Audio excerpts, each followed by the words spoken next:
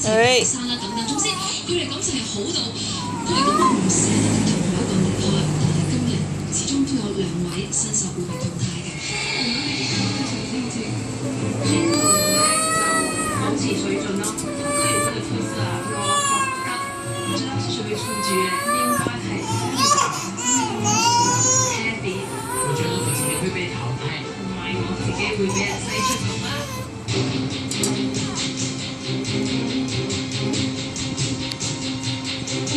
感情都真係非常之好，邊個要走佢哋都唔捨得嘅。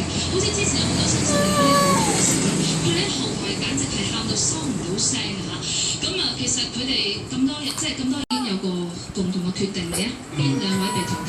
其實我哋真係諗過好耐呢個問題，真係唔係睇今晚嘅分數嘅，係即係好重佢哋一直以嚟嘅努力。我哋真係睇到在台上咁多位個同學們，真係你哋嘅努力，尤其賺咗8半嘅嘢，真係我哋真係感動係啊！